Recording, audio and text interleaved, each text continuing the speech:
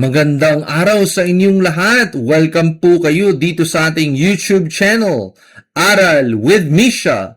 Ako nga pala si Misha, ang inyong instructor sa channel na ito. Ngayong video na ito, ang pag-uusapan natin ay mga polygons. Ito ay lesson galing sa Grade 7 Math Matatag Curriculum ng DepEd, Quarter 1, Week 1. So, polygons, mga hugis, at mga katangian ng isang polygon. So, unang-una, bago natin siya pag-aralan, kailangan alamin muna natin ano ang ibig sabihin ng isang polygon. So, it's a plane figure made of straight line segments joined to form a closed path. So, may mga terms dito na kailangan natin alamin. Ano ba ang plane? Ang plane ay isang flat, two-dimensional surface that extends infinitely in all directions. Kung iisipin nyo, two-dimensional, yung papel is a plane. It's an example of a plane. A sheet of paper. So, ibig sabihin, ang polygon, pwede nyo lang i-drawing doon sa surface na yon. So, polygon, meron lang siyang length and width. So, wala siyang height. Kung ang square, nilagyan mo ng height, cube na yon. So, hindi na siya polygon. And line segments. Ano ba ang line segments? So, mag-drawing tayo dito. Ayan. So, pwede natin itong dalawang tuldok na to. Pwede natin lagyan ng AB, point A and point B, line segment AB or line AB. So, ibig sabihin, ang polygon daw made of straight line segments. So, gagamit lang tayo ng mga straight lines na maraming kagaya nitong line segment AB na pinagdudugtong-dugtong lang natin para makabuo tayo ng isang polygon na isasara natin. So, ang tawag dyan sa mga straight segments na yan, kung nakabuo tayo ng isang polygon, ang tawag dyan sides or mga edge. Nagiging edge na siya ng polygon. So, pangatlo is vertices. So, mag-drawing ako ng isang polygon, like yan, polygon. Sarado siya. So, ang tawag mo sa mga sa mga corners na yan, na nagdudugtong ng mga line segments natin, ang tawag dyan ay vertex. This is your vertex. Pero, since plural form ng vertex ay vertices. So, yan yung mga corner points na yung mga sides na parang joint na pinagdudugtong yung mga line segments para makabuo tayo ng isang polygon. And interior, itong nasa loob, yan yung tawag mong interior ng polygon mo. Kaya nga ang tawag dito sa dalawang sides, yan yung mga interior angles mo. Yan. So, mga properties, paano natin masabi na kung polygon nga ba siya o hindi? Kailangan na sumusunod, aligned siya sa mga key properties ng isang polygon. Number 1, must be closed, walang gap. Okay? Kagaya nito, yan. May gap, hindi siya sarado. So, ito, hindi siya polygon. So, this is not a polygon. Kagaya nito, ayan, hindi rin to polygon. Kasi, hindi siya sarado. And must be made of straight lines, not curves. Kagaya kanina, yan, isang V. Kung isasara natin, enclosed na nga itong figure natin, pero may curve.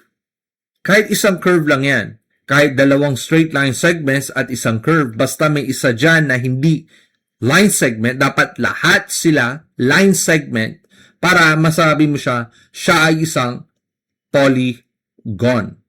Okay? So, ito, hindi rin to polygon. And pangatlo, kailangan has at least 3 sides. Kung mag-drawing lang ako ng dalawang side, ayan, isa, dalawa. Paano mo siya isasara? So, no, hindi siya polygon, pero ang pinaka-minimum, kung isasara ko, ayan, that's a triangle. So, pinaka-minimum na line segments, ilan line segments para makagawa ka ng isang polygon, ang sagot dyan ay 3. Okay. Next, what is an angle? Ang angle is made up of 2 rays. So, ray, ito ay isang ray. Ayan, may parang arrow sa dulo, kaya nga parang naging ray. Pero ang tawag rin dyan ay side. Pwede rin maging side, okay? Sides or legs. Legs ng, pwede siyang sides, pwede yung tawag dyan side or leg, okay? At ang common point na nagdudugtong ng dalawang ray na yan ay vertex. Naaral na natin to kanina, so yan yon. So, parts of an angle, vertex, and sides. Okay, klaro? Okay, types of angles. Acute. So, ito yung tipo na angle na less than 90 degrees. Kaya nga, medyo sharp siya and narrow kasi less than 90 degrees. So, ito, yan, less than 90 degrees. So, ang angle mo, yan yung angle mo, which is less than 90 degrees. Ang tawag dyan ay acute. Acute angles. At sa susunod naman ito, ito ay right angle. Yan, 90 degrees. Okay? Kailangan eksaktong 90. Okay? L. Pwede rin pabaliktad na L. Pwede rin na pabaliktad siya. 90 degrees. Basta 90 degrees. Basta 90 degrees. Yan ay isang right angle. Okay, next is obtuse angle. Measures greater than 90 but less than 180. So sobra lang siya sa 90 pero hindi siya pwede maging 180. So, nasa gitna lang siya. Okay, gitna ng 180 and 90. Ayan. So, yan ay obtuse angle. So, 180 degrees. So, less than. Ito yung kunyari x ito. So, x. So, kailangan mas malaki siya sa 90 degrees. So, more than 90 degrees. So, that's what you call an obtuse angle. Okay? Next is triangles according to size. So, pag-aaralan naman natin yung mga triangles base sa kanilang mga haba sa size ng mga line segments. So, equilateral triangle, all 3 sides are equal. So, ibig sabihin ng equi means equal, lateral means sides. So, ibig sabihin, lahat ng sides mo equal. Kaya ito, equal, equal, equal. At saka ito ay 5 cm. Example lang, kung 5 cm yan, ito ay 5 cm din kasi kailangan equal sila para magiging equilateral triangle. At tandaan nyo, ang bawat angle nito ay 60 degrees kasi equal nga sila. Ang total interior angles ng isang triangle ay 180 degrees. Okay? Next ay isosceles triangle. So, has 2 equal sides. So, dalawa lang. Ang triangle ay may 3 sides, pero para maging isosceles triangle, dalawang sides are equal. Okay? So, example dito, pwede natin ito gawing, ito yung equal sides niya. So, 6 cm. Ito ay isang 6 cm. itong nasa baba ay 8. So may dalawa kang equal side. Ang tawag dyan ay isosceles triangle.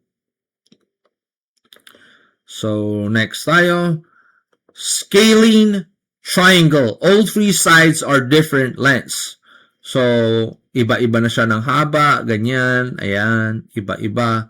No sides are equal. So yung tatlo, iba-iba ang haba. Kung ito 5 cm, ito naman ay 7 cm, ito ay 9 cm. So walang equal sides. So scalene triangle ang tawag dyan. Okay? So ano yung mga tatlong triangles na napag-aralan natin? Equilateral triangle, isosceles triangle, and scalene. Okay? So next, pag-usapan natin ang quadrilateral. Quad means 4. Okay? Quad means 4, lateral means side. So a polygon with 4 sides, 4 angles, and 4 vertices. So kahit hindi yan yan ay isang quadrilateral. So ang sum lahat ng interior angles niya ay 360. Okay, kahit ito, 1, 2, 3, and 4. Yan. Ito ay isang quadrilateral rin. Okay? So, may mga types of quadrilateral, okay? Mga examples ng quadrilateral. Number 1 is a square. So, ang square, all sides are equal.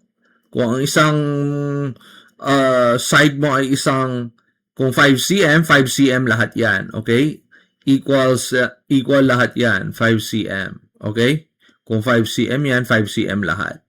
And, ang angles niya ay 90 degrees. 90 degrees lahat dapat. Okay? Diagonals are perpendicular. Kung ang diagonal, ito yung point mo, ito yung vertex mo, magko-connect ka lang ng isang vertex to the opposite vertex. Ayan, mag-connect tayo. So, ang tawag dyan, ito, yan, diagonal yan. Diagonal. So, ang sinabi dito, diagonals are equal in length, okay? And perpendicular. Perpendicular means this is 90 degrees. Okay, a square, okay, ito may parang trivia. A square is both a rectangle and a rhombus. So, lahat ng rectangles are square. All rectangles and rhombuses are square, but not a square is not a rectangle. Ayon, okay? So, types of quadrilateral. Number 2, meron tayong rectangle. Ang definition nito, opposite sides are equal. So, pwede. So, opposite sides lang naman yan. 1, 2, equal. Ayan, parallel pa. Ayan, isa, ayan, dalawa. Okay. All angles are 90 degrees. Ayan, 90 degrees lahat. Perfect. And diagonals equal but not necessarily perpendicular. So, hindi siya perpendicular kasi hindi nga sila pareho lahat ng sukat. Dalawang sides lang ang magkapareho. So, itong diagonals equal yan, same lang ng haba, pero itong angle mo dito ngayon, itong angle na yan, hindi na siya perpendicular. Ibig sabihin, hindi na siya 90 degrees. So, next, parallelogram. Okay, opposite sides are equal and parallel. So, yan. So, kunyari, yan, parallel. So, ibig sabihin, parallel sila. The end equal. So, yan yung first sides. First pair natin. Ayan, second pair.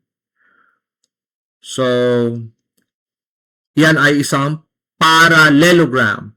Opposite angles are equal. Opposite angles are equal. Ibig sabihin, kung itong angle na to is equal. Itong dalawa, yung angle na yan, and this particular angle equal.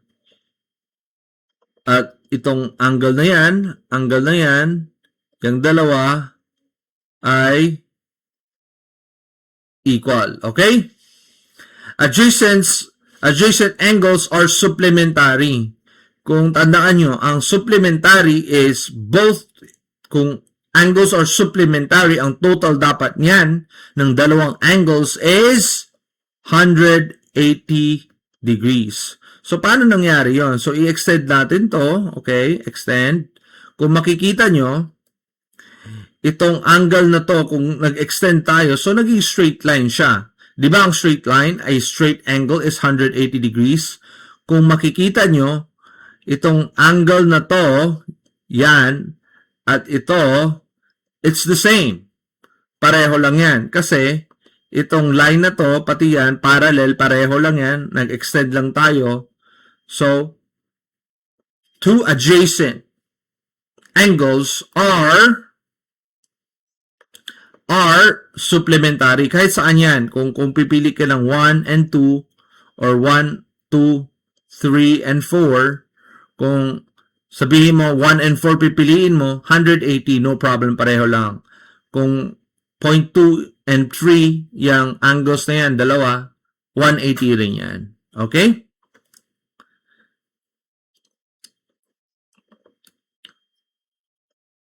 Rhombus. All sides are equal. Okay, ang square, all sides are equal and lahat sila 90 degrees. Pero ito, hindi.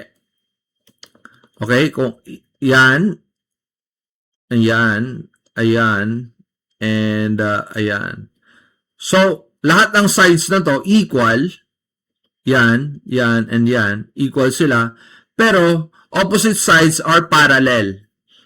So, parallel. So, parang slant. Nag-slant to. Itong area na to and area na to. Pero yung opposite angles are equal. Parang parallelogram na ang definition nito, ang angle nito, at ang angle nito and angle nito is the same. Okay? They're equal. Equal. Diagonals perpendicular and bisect each other. So, perpendicular din ang kanilang mga diagonals. So, kanina, na-explain na natin, ang diagonals ay dalawang opposite yan. Kunyari, yan, yung vertices nyo, opposite vertices, i-connect nyo lang, yan ang diagonals. So, ibig sabihin, ang rhombus, ito ay 90 degrees. Okay. Trapezoid has exactly one pair of parallel sides. So, gagawa ko, yan. Ang trapezoid, yan. This is a trapezoid.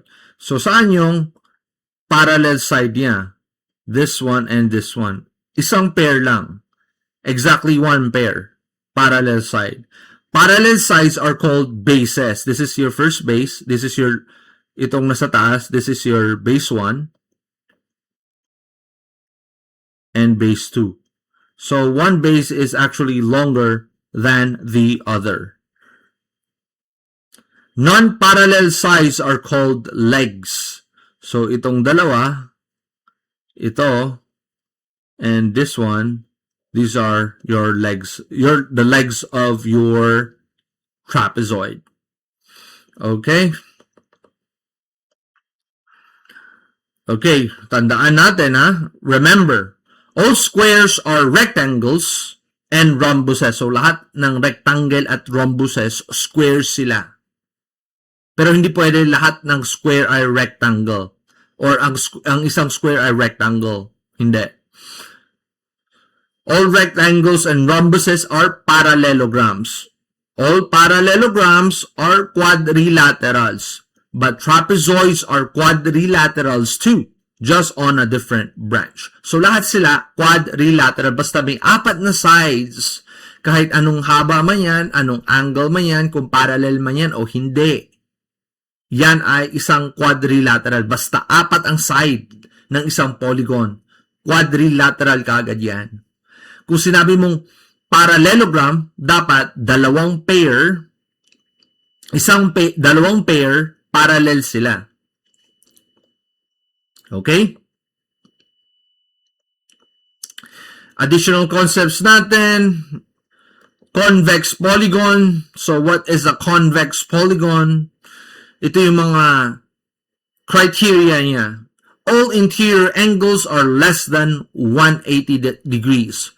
So, sinabi na pag-aralan natin kanina. Ayan, drawing ako So, ito yung mga interior angles natin. So, hindi siya po pwede na lalampas ng 180 degrees or 180 degrees kasi straight line na yon. So, less than, lahat ng mga angles na yan, less than 180 degrees yan. The polygon bulges outward. So, walang inward deads. Palabas lahat ng mga lines mo. Mamaya, papakita ko sa inyo ang concave. So, if you connect any 2 points inside the polygon, the line segment stays completely inside. So, ito yung vertex mo, Okay, pipili pa ako ng isang vertex. Gusto ko ito. Ayan.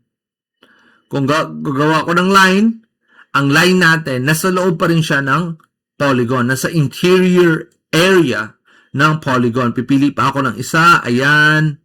Pati itong kabila. Ayan. So, nasa loob. So, examples ng convex polygon. Square, rectangle, regular pentagon. So, okay. Next is a concave polygon. So, has at least one interior angle greater than 180 degrees. Kanina, may isa akong pinakitang quadrilateral na pag ganon, isang arrow, example natin to, arrow-shaped quadrilateral, may nag-bulge siya, papasok. So, inward cave, may dent siya. So, this is already a concave polygon. And, kung makikita nyo, itong mga to, yan, this angle is less than 180, less than 180, less than 180. Pero, itong angle na to, isang interior angle mo, more than 180 degrees, basta at least one, kahit isa lang na more than 180, concave na yan. At saka tandaan nyo kanina, yung may mga, itong mga vertices natin, okay, kapag magko-connect ako, kunyari itong vertices na to and vertices na yan, lahat ng vertices sa convex polygon, pag i-connect ko, nasa loob pa rin, yung line na yan ay nasa loob, nasa interior area ng ating polygon. Pero ito, ayan, vertex nito and vertex na yan, nag-connect ako, nasa labas. So, if you connect some points inside, the line segment may pass outside the polygon. Itong area, so nasa labas itong area na to. So, klarong-klaro, concave polygon na siya. Okay? So, kanina pinag-aralan natin yung angles. So, ano yung ginagamit nating tool para ma-measure or mag-draw sa paper ng or pag-measure ng mga angles? Ito ay isang protractor. Kung makikita nyo, yan, parang ganito yan. Ayan. Then, may parang guhit dyan, ganyan. Then, yan, may mga degrees yan, kung gaano kaano. Para malalaman nyo kung ilan degrees, kung yan, ito 30 degrees, dito 40 degrees. So, gagawa ka ng isang line, ipantay mo dyan sa tapat, sa nakaprint dyan, then, tuldok ka dyan, yan, 40 degrees. So, regular polygon. Pag-aralan natin anong regular polygon. All sides are equal in length. All interior angles are equal in measure. Example, equilateral triangle, square, okay, regular pentagon. Kung sinabi mong regular pentagon, ibig sabihin, all sides are equal. 1, 2, 3, 4, and 5. Equal. So, lahat ng mga angles nitong nasa loob, equal, pare-pareho. Pero ito, Klaro, may 90 degrees to, hindi. So, drawing ko lang, medyo hindi siya pantay. Pero kung sinabi mong regular polygon, lahat ng angles niyan ay pare-pareho. So, kapag sinabi mong irregular polygon, sides are not all equal. So, hindi sila equal. So, ito, kagaya nito, yan, irregular polygon, ayan, irregular polygon siya. Kasi, sides are not equal, angles are not equal to, not all equal. Example, scaling triangle, kanina, yung isang triangle na all three sides are not equal. Rectangle, hindi siya equal lahat, may dalawang mahaba, may dalawang maikli. So, and irregular hexagon. So, quadrilateral and triangle. So, ano nga ba ang connection ng dalawa? So, both are polygons. Polygons sa dalawa. Siyempre, closed figures and made out of straight line segments. Ang quadrilateral, 4. Ang triangles, 3. Both have vertices. So, siyempre, yung mga line segments na ginagamit na natin pagdugtong, kung ang triangle ay 3 sides enclosed, may vertices. So, both have sides. 3 sides ang triangle, quadrilateral, 4. May interior angles lahat. Both follow the angle sum rule. Ang triangle, all interior angles 180. Quadrilateral, sum of all interior angles, yung 4 na yon, is 360. Okay? So, types of polygon based on the number of sides. So, kanina, napag-aralan na natin yung dalawa, triangle and quadrilateral. Quad means 4, lateral means sides, so 4 sides. Pentagon, penta means 5. Hexagon, so 6 yung sides. Heptagon, hepta means 7. Octagon, 8. Nonagon, 9. Decagon, 10. Dodecagon, 12. So on and so forth. May shortcut dito. N-gon, general term for a polygon with n sides. Kung gusto mong gawin natin ng 20-sided polygon, 20 sides, n stands for a number. So, pwede kong tawagin 20 dash gon, 20 gon. So, this is a polygon with 20 sides. Okay? So, ito, memorize nyo lang. Pag-aralan nyo, pentagon, 5. How many sides? Hanggang 12. Dodecagon, decagon, nonagon, yung mga yan. So, pag-aralan nyo. Baka i-quiz kayo ng teacher nyo. So, exercise tayo. Number 1. Draw a triangle with the following measurements. Okay, side AB. So, gagawa tayo ng side AB. Ito yung triangle natin, side AB. This is A, this is point A, this is point B, side AB. This is 7 cm. Okay, 7 cm. Side BC. Side BC. So, lagay tayo dito. Point C, A, B, C. Dito yung si C. Okay. Gagawa tayo. Side BC is 9 cm. So, yan. 9 cm yan. Kung mas maganda, gamitan nyo ng ruler. Okay. Gamitan nyo ng ruler. Pero bago yan, kailangan i-measure nyo muna pala ang angle. Okay, kasi angle ABC, kapag sinabi mo angle ABC, yung gitna yung titingnan mo. Angle ABC, angle ABC. Ibig sabihin, dito yan, angle ABC. So, ito yon. So, this should be 70 degrees. Okay? So, para makapag-drawing kayo ng perfect, so, AB muna, gawan nyo ng ruler, straight line. Then, gamitan nyo ng protractor na magsa 70 degrees kayo. Pag nakuha nyo yung dot, nakuha nyo yung dot dito, kunyari yan, dito, habaan nyo lang to, measure nyo ng ruler, kuha kayo ng ruler, habaan nyo yan hanggang kung kunyari dito yon 70 degrees, habaan nyo lang, this should be 9 cm.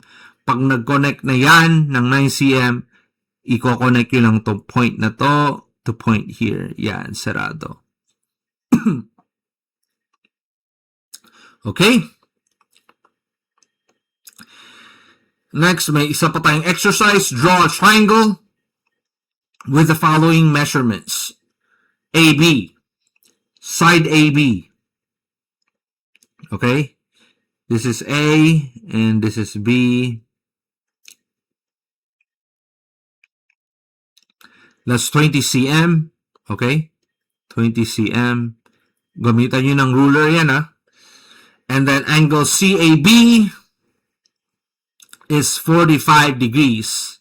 Angle CAB, kung nakita nyo yung angle CAB dyan, angle CAB. Okay? So, ibig sabihin, dito yan sa tapat sa A. So, kuha kayo ng protractor ulit. Measure nyo itong line na to. Line AB, itapat nyo sa base ng protractor nyo. And then, measure nyo 45 degrees. Pag nag-45 degrees na kayo, kunyari, ayan, nandito, tuldukin nyo, 45 degrees dyan, i-connect nyo lang, yan yung measurement na yan. And then, dito sa kabila, angle CBA, angle CBA. So, ibig sabihin, galing yan dito sa angle from B side. So, measure ulit kayo, hawak yung protractor, 30 degrees, kung 30 degrees dito ng tuldok, i-connect nyo lang, yung mga sobra, i-erase nyo lang. So, this is your triangle. So, the triangle that you have is actually this triangle, and the angle, this is CAB, right? This is CAB. This is 45 degrees, and this one is 30 degrees. Okay? So, ngayon, gagawa tayo paano mag-drawing ng square. So, draw square with the following measurements. Side length is AB. Kagaya ng sinabi ko kanina, may 4 yan. Side A and B. So, yan. Tapos kanina, naisip nyo na napag-aralan natin ang square, it should be 90 degrees. So, kuha kayo ng protractor, 90 degrees up, and then get a ruler. So, this should also be 6 cm. Tapos, pag dito na naman, 90 degrees to the left. So, 90 degrees yan. 90 degrees to. Then, 90 degrees ulit to the left. Sarado na siya. So, all sides should be equal. These all sides should be 6 cm. Okay? So, maraming salamat po. Tapos na po ang ating video lesson for week 1, grade 7, Math Matatag. So, subscribe po kayo sa Aral with Misha. Maraming salamat po sa panunood ninyo. Hanggang sa muli, tuloy-tuloy po itong mga YouTube series natin. Grade 7 to 10, yan muna yung mga gagawin nating playlist. So, abangan nyo. So, subscribe po kayo. I-click po ninyo ang notification button para kung may na-upload tayong bagong video, mano-notify po kayo. So, have a good day. Maraming salamat po and God bless po.